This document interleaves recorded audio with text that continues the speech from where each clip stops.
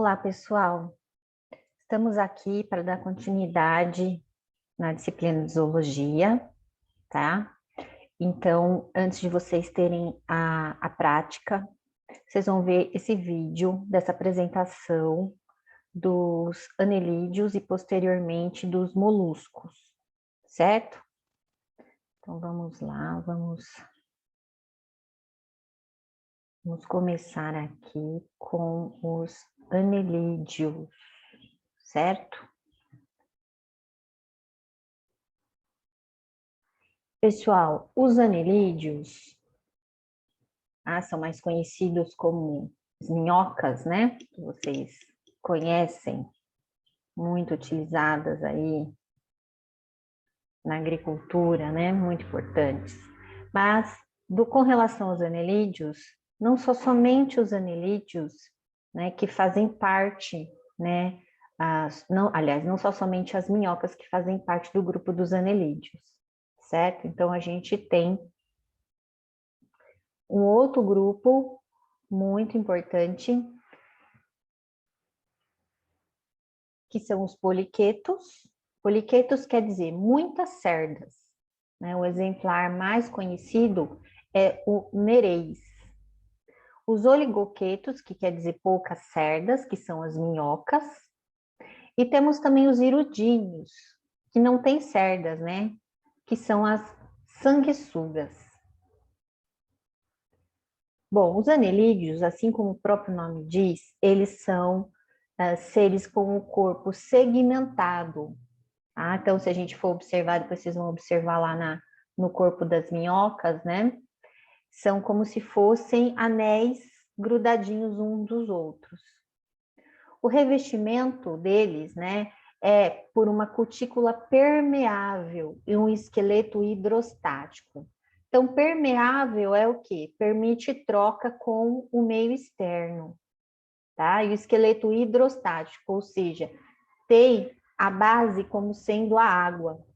Então, uma grande importância, gente, é que esses seres, eles têm que estar ou no ambiente aquático ou em um ambiente extremamente úmido. Tá? As minhocas, elas não conseguem sobreviver em ambientes muito ressecados, ou seja, que não tem nada de água, tá? Então, assim, um solo extremamente seco, como é o solo lá da região do Nordeste, tá? Então, é uma dificuldade delas conseguirem sobreviver em ambientes muito secos, certo? Ou elas têm que estar dentro da água ou em um solo que tenha uma grande umidade, porque elas não suportam ficar em ambiente seco. Elas desidratam, vão desidratar com facilidade e não vão sobreviver.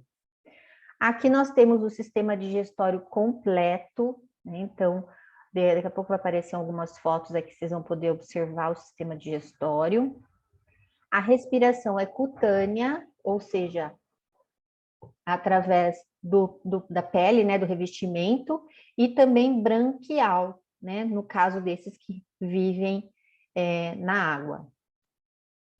A reprodução, gente, existem algumas espécies que têm sexos separados, certo? Porém, algumas espécies são hermafroditas. Então, existem, né, os dois tipos. A maioria das minhocas, gente, elas são hermafroditas, certo? Porém, a fecundação, gente, é cruzada, ou seja, precisa de dois indivíduos para ocorrer o acasalamento. Ela não se autofecunda, tá? E a fecundação é interna. E aqui nós temos a presença do clitelo, né, que é uma estrutura da reprodução, tá? Então, é uma estrutura importante para a reprodução das minhocas. Então, aqui, ó, vocês podem verificar nessa parte aqui, ó, abertura feminina, tá? O movimento do casulo, que é formado um casulinho, quando ocorre a fecundação, como está aqui na figura de baixo, né? Então, ocorrendo a fecundação, ó, aqui está a parte masculina e a feminina. Quando ocorre a fecundação, o que que vai acontecer? Esse casulo, com o decorrer do tempo, ele vai se soltar para o meio externo, tá? E dali desse casulo vão sair os novos indivíduos. Aqui, ó, os óvulos fecundados, sai o casulinho, certo?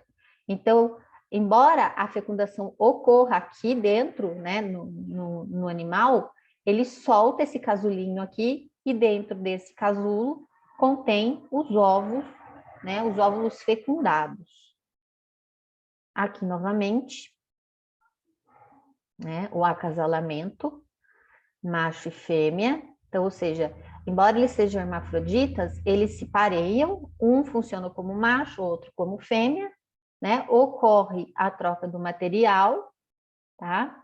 Aí vai formar o casulinho aqui na região do clitelo, né? E daí esse casulo vai se soltando, vai migrando para uma das partes, né? Até se soltar totalmente. E ali eclodem os ovos, saindo várias minhocas. Os poliquetas, gente, são espécies exclusivamente marinhas, né? São muito bonitos, alguns com essas colorações interessantes. Aqui, a Eunice norvégica, que é um poliqueto também muito comum nos mares.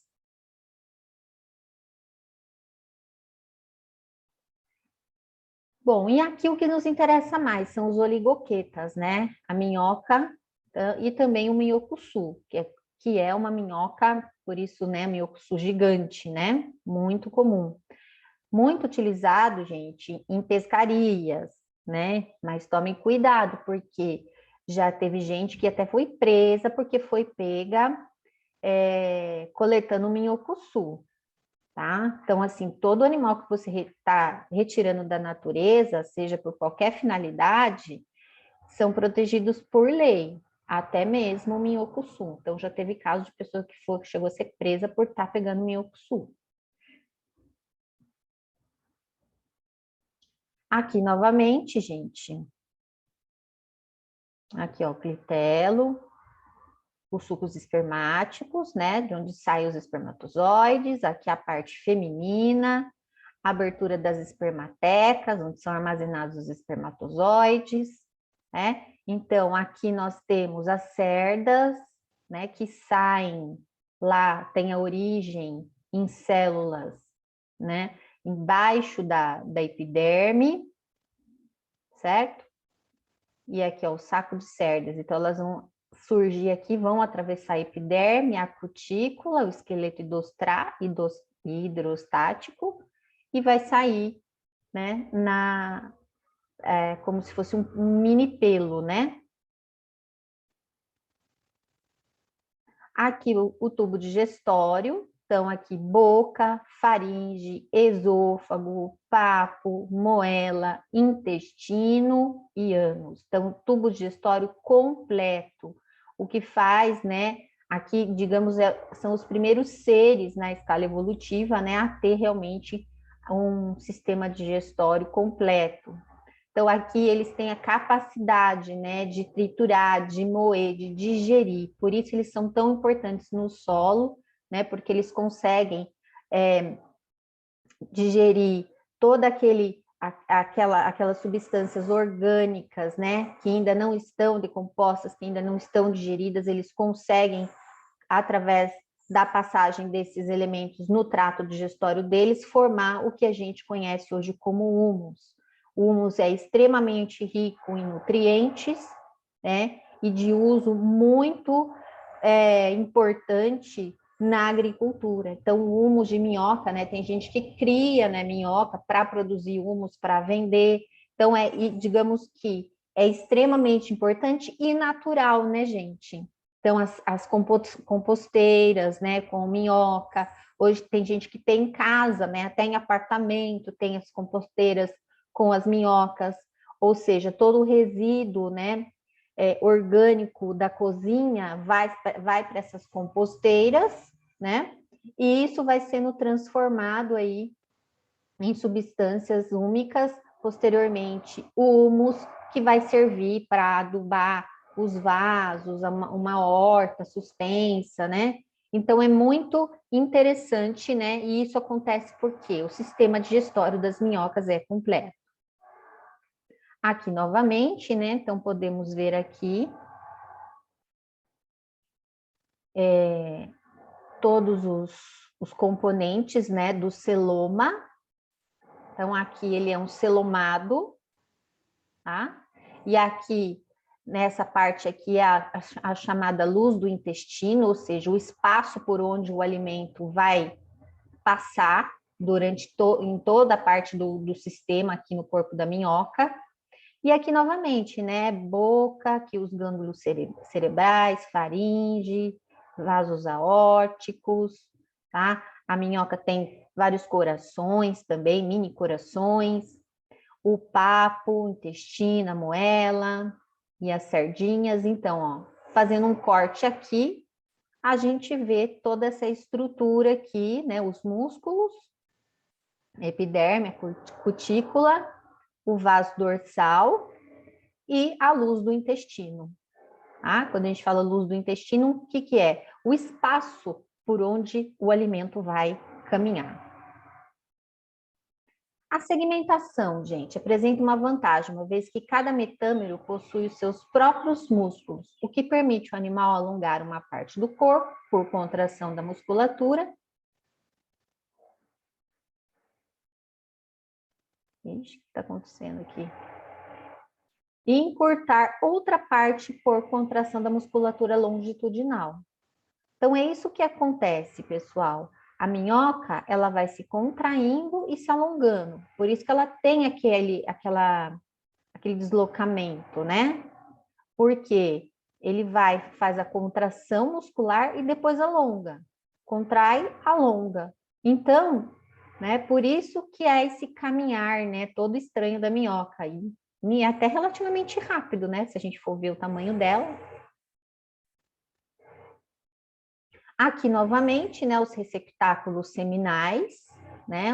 Aqui as minhocas na posição de acasalamento, o poro genital, o casulinho aqui formado, né? Que após a fecundação, ele vai fazendo essa movimentação aqui em direção aos receptáculos seminais, né? E esses óvulos fecundados vão sair do corpo da minhoca, vão para o exterior e vão amadurecendo, e um tempinho depois já nasce um novo indivíduo.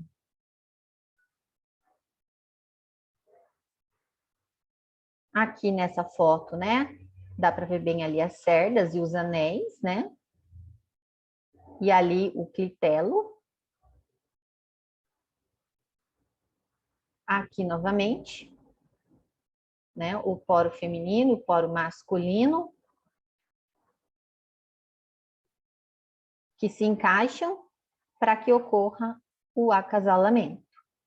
Né? Então, tá tudo interligado. Aqui, ó, o poro masculino, ó, sai aqui, ó, dos mini testículos, sai os espermatozoides, certo? Que vão adentrar no poro feminino. Então, a importância da minhoca na terra. Então, como eu já falei, na formação de humus, tá? Se alimentam de terra e suas fezes, que são depositados na superfície do subsolo, contribuem para a formação do composto orgânico, que é bastante utilizado em hortas e plantações, por ser bastante substâncias orgânicas necessárias ao desenvolvimento dos vegetais, tá? Então, todos aqueles resíduos, né, que estão ali no solo, elas se alimentam e produzem o humus. Uma coisa interessante também é que as minhocas, gente, elas podem ser detectoras de substâncias tóxicas no solo, tá? O que acontece? Acrescentam-se o líquido certos corantes que reagem rapidamente com essas substâncias em caso de positivo de poluição. Os cientistas descobriram que as minhocas podem ser usadas para medir os níveis de poluição do solo. Com esses anelídeos se alimentam de grande quantidade de terra com restos de vegetais, né, para fazer toda aquela produção do humus.